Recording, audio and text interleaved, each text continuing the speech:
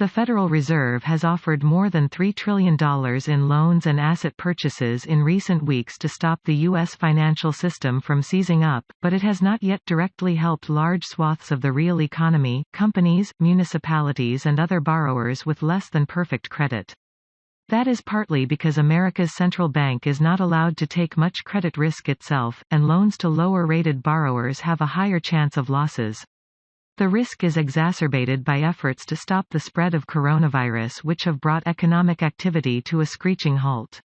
To alleviate that constraint, the U.S. Treasury, whose job it is to manage the government's finances and help the Fed keep the economy steady, has taken on some of the risk that Fed loans will not be paid back.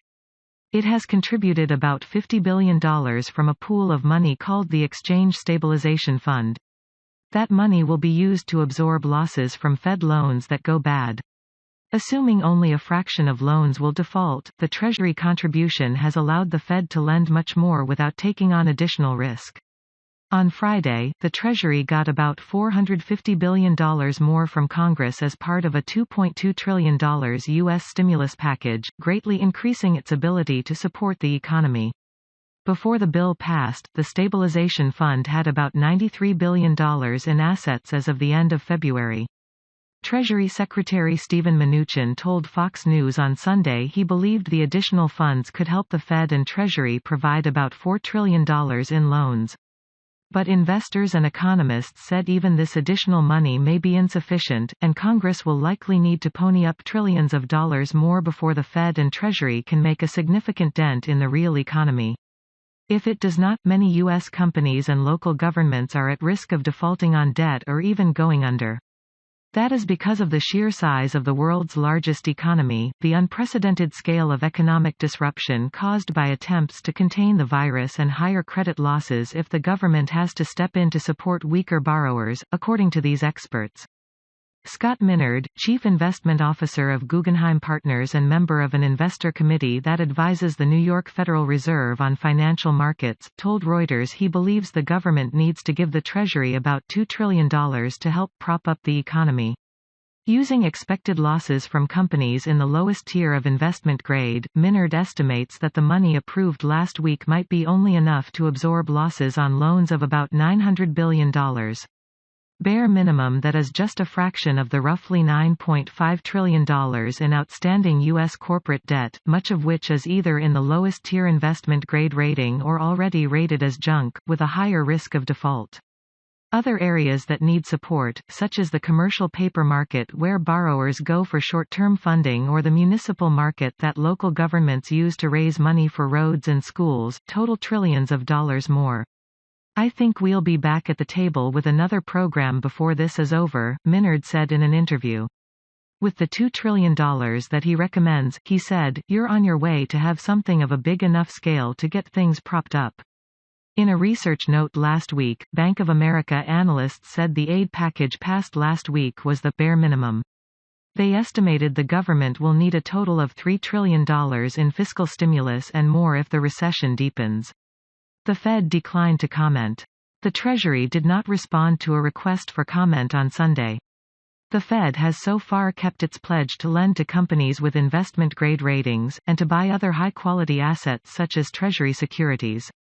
The aim of the Fed's support is to encourage banks and investors to lend to weaker, and therefore more risky, companies and local governments, where they can earn higher returns, giving them access to the funding they need to continue operating and paying staff. In some of the Fed's funding facilities, the Treasury put up $10 billion as loss-absorbing capital for every $100 billion of loans. Mnuchin's comment that the Fed and Treasury can now lend $4 trillion suggests he expects the rate of losses on the new loans to be similar, less than 10%. Weaker credits investors said losses would likely increase, however, if the government has to reach deeper into the economy. And they are betting the Fed will have to do so. Junk bonds rallied last week, for example. We're only going to lend money to really good credits as a good model if you're a bank, said Charles Lemonides, founder of New York-based investment firm Value Works LLC. But if you're trying to rescue businesses that are otherwise failing, it's not a very good strategy. Fed officials have signaled they are not ruling anything out in their efforts. In its support for the commercial paper market, for example, the Fed allows for companies that are downgraded after March 17 to return at least once more to the trough for funding.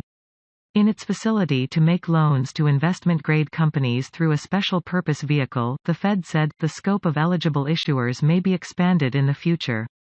But officials know that reaching lower down the credit quality spectrum entails greater risk and might require a larger contribution from Treasury to account for it. In time, as they see how the programs for higher quality borrowers play out, they may grow more comfortable with casting a wider net and explore ways to get cash to shakier corporate borrowers while limiting their risk. Mohamed El Arian, chief economic advisor to the German insurer Allianz SE (ALVG) said backstopping non-investment grade credit would be a much harder decision for the Fed, given the degree of corporate credit and default risks involved. I suspect that any move in that direction would need to come with a massive fiscal backstop to protect the integrity of the Fed's balance sheets, El Arian said. Limiting losses. The Fed's initial steps into the corporate bond market, limiting its scope to investment-grade issuers, essentially avoids rewarding or bailing out badly run companies. The Fed is justifying its move as help to companies that are caught in a situation not of their making, said Nellie Liang, former head of the Fed's Financial Stability Office and now at the Brookings Institution think tank. It is a question of limiting losses, Liang said in a webinar last week organized by Princeton University. But the pressure on the Fed and Treasury to lend to riskier borrowers is only likely to increase if quarantines, stay-at-home orders and other economy-killing restrictions persist. In the weeks ahead, the pool of high-grade borrowers currently allowed in the program will likely shrink. The three major credit ratings agencies, Moody's, S&P and Fitch, are certain to cut a number of companies now at the lowest tiers of investment grade into junk territory, as happened last week to Ford Motor Co. F.N. That could become an issue, said Kathy Bostianchich, chief U.S. economist at forecasting and analysis firm Oxford Economics.